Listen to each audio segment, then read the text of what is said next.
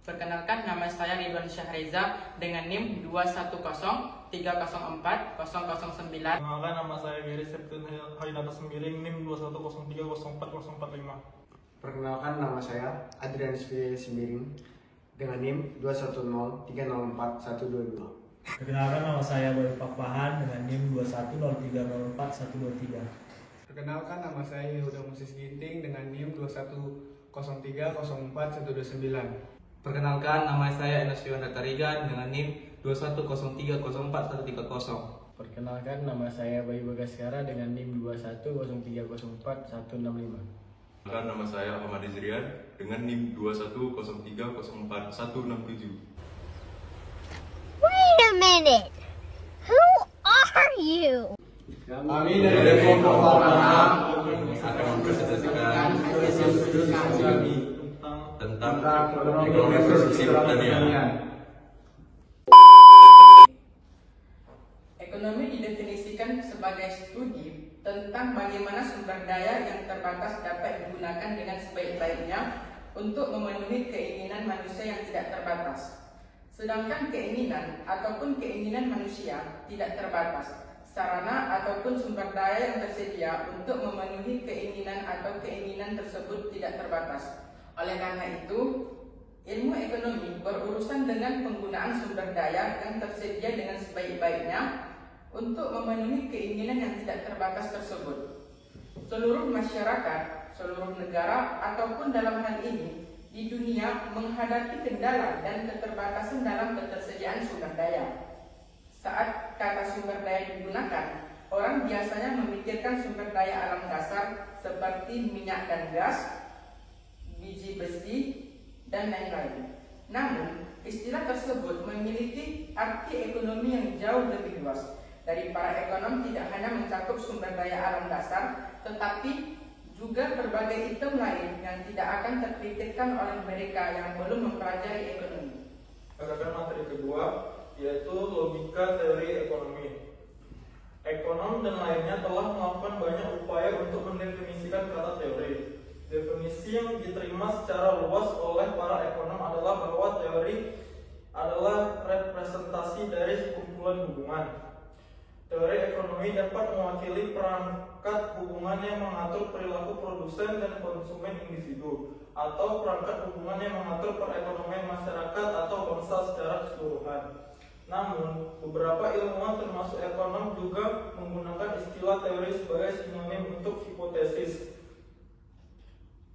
Proposisi tentang cara kerja sesuatu, beberapa contoh mungkin didasarkan pada sedikit jika ada pengamatan. Contohnya adalah teori tentang bagaimana alam semesta terbentuk. Teori dalam fisika seringkali mendahului observasi aktual. Fisikawan memiliki teori yang sangat berkembang tentang bagaimana elektron, proton, dan neutron dalam atom berperilaku meskipun tidak ada pengamatan yang sebenarnya. Teori ekonomi sebagai abstraksi. Di dunia nyata sangat kompleks. Ekonom menghabiskan sangat sedikit waktu di dunia nyata, tetapi menghabiskan banyak waktu mencoba mengungkap teori fundamental yang mengatur perilaku manusia yang berkaitan dengan produksi dan konsumsi. Jika dunia nyata sangat kompleks, demikian pula ekonomi masyarakat industri manapun, atau dalam hal ini, ekonomi hampir semua masyarakat atau negara. Ada begitu banyak kerumitan sehingga seringkali sulit untuk melihat dengan jelas hubungan fundamentalnya. Dalam upaya melihat lebih jelas hubungan-hubungan yang penting, para ekonom melakukan abstraksi dari realitas dalam mengembangkan teori. Mereka meninggalkan hubungan yang diidentifikasi sebagai tidak penting untuk masalah dan upaya untuk lebih fokus pada hubungan yang mereka anggap penting. Teori ekonom sangat sering menjadi penyederhanaan realitas yang mungkin tampak tidak realistis atau bahkan konyol bagi seseorang yang tidak terlatih dalam ilmu ekonomi. Teori ekonomi versus model ekonomi. Ekonomi terkadang menggunakan istilah teori dan model secara bergantian. Seorang anak mungkin menganggap model sebagai versi miniatur atau mainan dari katakanlah sebuah mobil atau traktor pertanian. Ini bukan cara yang buruk untuk berpikir tentang model ekonomi. Agar realistis, Model harus memiliki tingkat detail. Model harus mengandung representasi dari bagian utama dan hal yang nyata atau tidak akan dikenali. Pada saat yang sama, model tersebut tidak diharapkan untuk melakukan fungsi yang sama seperti aslinya. Sama seperti seorang tidak akan berharap melakukan perjalanan dengan mobil mainan, seorang ekonom tidak akan berharap untuk mengendalikan cara kerja ekonomi AS dengan model ekonomi. Namun sama seperti yang perancang mobil dapat membangun model mobil baru seperti sebelumnya yang sebenarnya dibangun dalam upaya untuk mendapatkan pemahaman yang lebih baik tentang bagaimana hal yang sebenarnya akan terlihat. Mungkin juga seorang ekonom membangun model ekonomi AS untuk lebih baik, memahami bagaimana kebijakan pemerintahan tertentu jika ditetapkan dapat mempengaruhi individu dan perusahaan dan perekonomian. Ekonomi konsumsi versus produksi. Ekonomi melibatkan pilihan. Seseorang yang menghadapi pendapatan terbatas dan tidak ada yang tidak harus memilih untuk membeli barang-barang yang membuatnya merasa paling puas. Tunduk pada batasan atau kendala pendapatan. Pilihan adalah jantung ekonomi konsumsi. Ekonom mengatakan bahwa seseorang memperoleh utilitas dari barang yang darinya dia menerima kepuasan. Masalah ekonomi konsumen dasar melibatkan maksimalisasi utilitas atau kepuasan, tunduk pada kendala yang dikenakan oleh ketersediaan pendapatan. Mikroekonomi versus makroekonomi. Ilmu ekonomi secara garis besar dapat dibagi menjadi dua kategori, ekonomi mikro dan ekonomi makro. Mikroekonomi berkaitan dengan perilaku unit pengambilan keputusan individu. Awal mikro sering digunakan bersama dengan hal-hal yang kecil. Mikroekonomi berurusan dengan perilaku konsumen individu ketika pendapatan dialokasikan dan manajer perusahaan individu seperti petani yang mencoba mengalokasikan sumber dayanya konsisten dengan tujuannya. Ekonomi versus ekonomi pertanian. Hingga saat ini sedikit yang telah dibicarakan tentang ekonomi pertanian dan hubungannya tentang ekonomi. Ada alasan untuk ini. Ekonomi pertanian adalah yang pertama seorang ekonom, karena seorang ekonom pertanian mengetahui teori ekonomi secara dekat.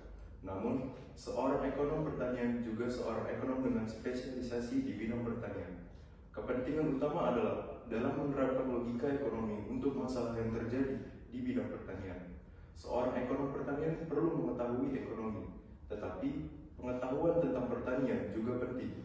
Jika seorang ahli ekonomi pertanian ingin menggambarkan hubungan secara akurat dengan menggunakan model beberapa komponen dari sektor pertanian, ahli ekonomi pertanian harus mengetahui hubungan ini. Jika tidak, elemen teori yang menonjol atau penting akan terlewatkan.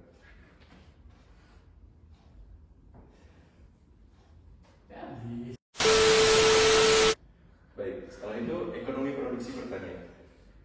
Ekonomi produksi pertanian terutama berkaitan dengan teori ekonomi yang berkaitan dengan produsen komoditas pertanian. Beberapa perhatian utama dalam ekonomi produksi pertanian: tujuan dan sasaran manajer peternakan. Ekonom pertanian sering berasumsi bahwa tujuan setiap manajer pertanian adalah memaksimalkan keuntungan, yang ukurannya adalah perbedaan antara pengembalian dari penjualan tanaman dan ternak dikurangi biaya produksi komoditas ini. Namun, petani individu memiliki tujuan yang unik. Seorang petani mungkin lebih tertarik untuk mendapatkan kepemilikannya pertanian terbesar di kabupaten tersebut. Yang lain mungkin memiliki tujuan untuk memiliki seperangkat mesin pertanian yang terbaik. Yang lain mungkin tertarik untuk meminimalkan beban utangnya. Oke, selanjutnya itu tentang pembahasan soal. Jam, mau nanya Jam, apakah mikroekonomi memiliki dampak lebih besar dari makroekonomi dalam manajer pertanian? Ekonomi mikro dan ekonomi makro keduanya memiliki peranan penting dalam perekonomian pertanian. Ekonomi mikro berfokus pada keputusan individu dan perilaku pasar yang menghasilkan alokasi sumber daya dan harga di tingkat individu. Sedangkan ekonomi makro melihat perekonomian secara keseluruhan, termasuk output nasional, tingkat pengangguran, dan inflasi. Dalam konteks pertanian, ekonomi mikro dapat membantu manajer pertanian dalam pengambilan keputusan terkait produksi, pemasaran, dan pengelolaan keuangan. Di sisi lain, ekonomi makro dapat mempengaruhi manajer pertanian melalui kebijakan pemerintah yang diharapkan untuk meningkatkan pertumbuhan ekonomi secara keseluruhan. Namun, apakah ekonomi mikro memiliki dampak yang lebih besar daripada ekonomi makro pada manajer pertanian itu tergantung pada situasi dan kondisi yang spesifik. Dalam kasus ini, di mana manajer pertanian memiliki kontrol penuh atas pengambilan keputusan dan operasi pertanian, dampak ekonomi mikro dapat menjadi lebih besar.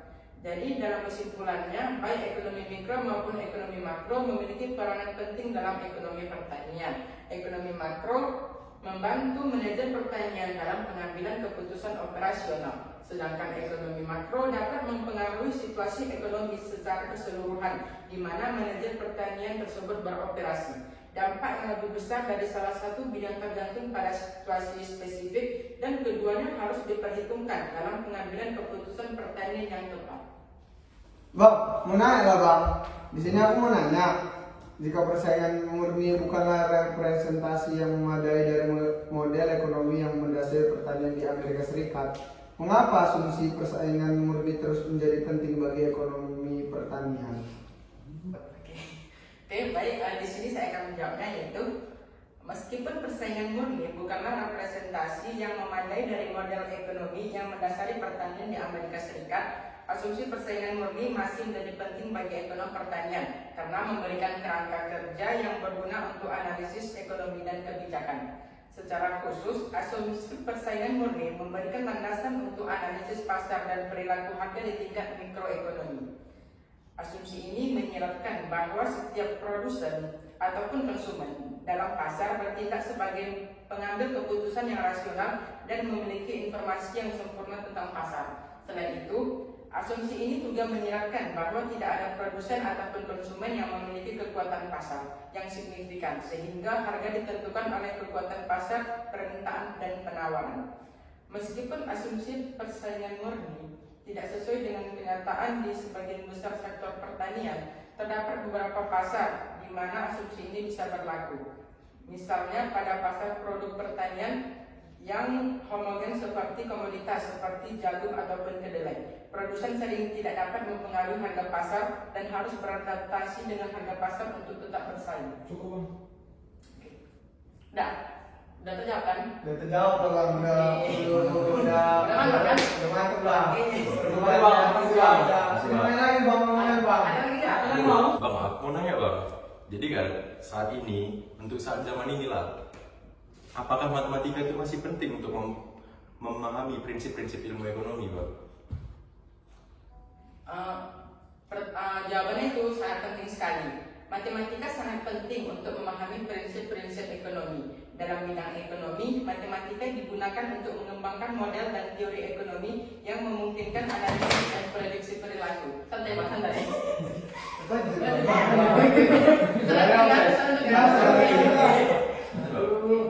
Contoh kegunaan matematika dalam ekonomi meliputi yang pertama yaitu kalkulus.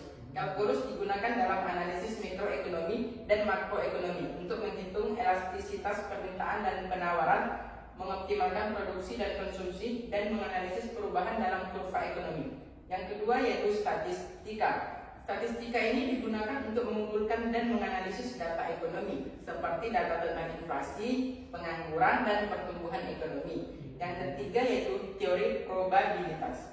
Teori ini digunakan dalam analisis risiko dan pengambilan keputusan, seperti dalam perhitungan risiko investasi dan asuransi.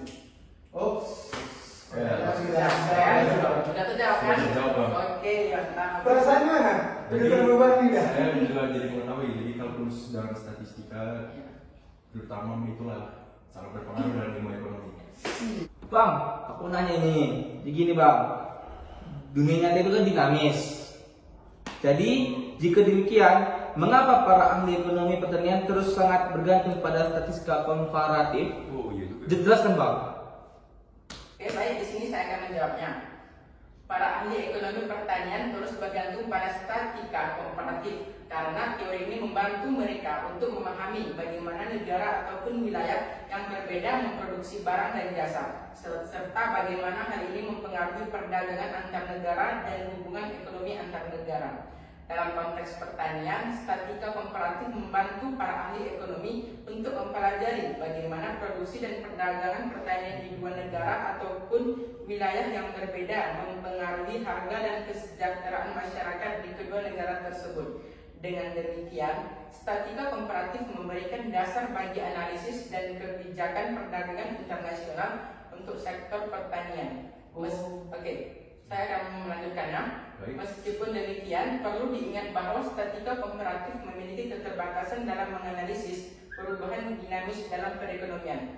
Untuk memahami perubahan ekonomi secara lebih komprehensif, para ahli ekonomi juga perlu menggunakan kerangka analisis yang lebih dinamis dan kontekstual. Jadi gitu ya Bang. Iya. Jadi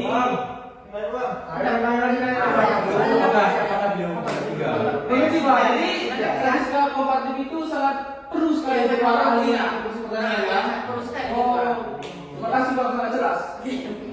Baik. Siapa yang naik? Bang, izin Bang, nanya Bang.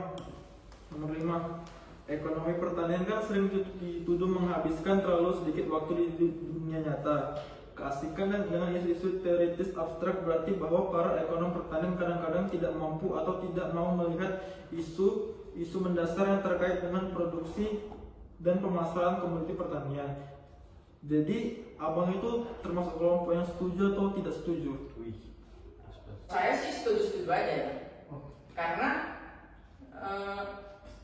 secara umum itu ekonomi pertanian adalah cabang ilmu ekonomi yang mempelajari produksi, distribusi, dan konsumsi produk pertanian.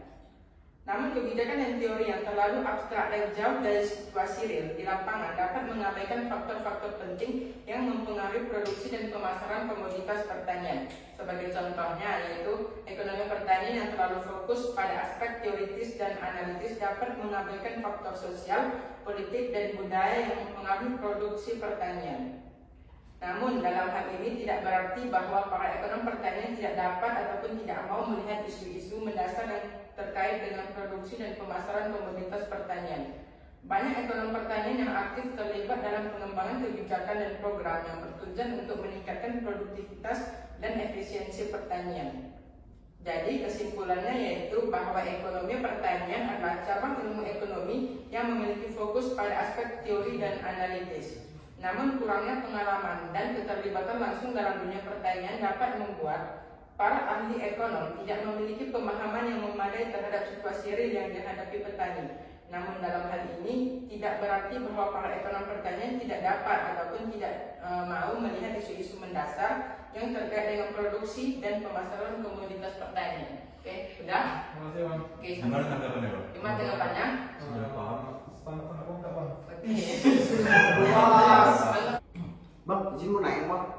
Tadi kan ada yang membahas para ahli ekonomi pertanian. Jadi Bang, untuk menjadi ahli ekonomi pertanian, apakah lebih penting mengetahui pertanian atau mengetahui teori ekonomi? Menurut saya keduanya itu sama-sama penting gitu. Namun tergantung pada bidang fokus pengalaman Anda ataupun pengetahuan tentang pertanian atau teori ekonomi bisa lebih dominan. Jika fokus Anda pada aspek pertanian seperti produksi, teknologi, pasar pertanian, maka pengetahuan tentang pertanian akan menjadi lebih penting. Anda harus memahami berbagai jenis tanaman, teknologi yang digunakan untuk membudidayakannya, serta faktor-faktor yang mempengaruhi produksi dan pasar pertanian. Namun jika fokus Anda adalah pada aspek ekonomi seperti analisis pasar, manajemen risiko, dan kebijakan pertanian, maka pengetahuan tentang teori ekonomi akan menjadi lebih penting. Dalam kedua kasus tersebut, penting bagi seorang ahli ekonomi pertanian untuk memiliki pengetahuan yang kuat tentang kedua-duanya. Dengan memahami bagaimana teori ekonomi berlaku pada sektor pertanian, seorang ahli ekonomi pertanian dapat memberikan saran yang tepat dan solusi yang efektif untuk masalah pertanian yang kompleks dan menantang. Oke. Sekian presentasi dari kelompok Parnap. Terima kasih.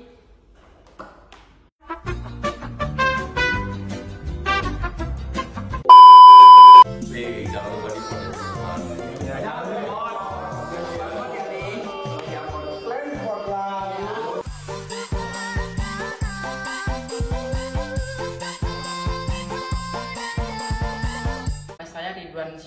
ketawa.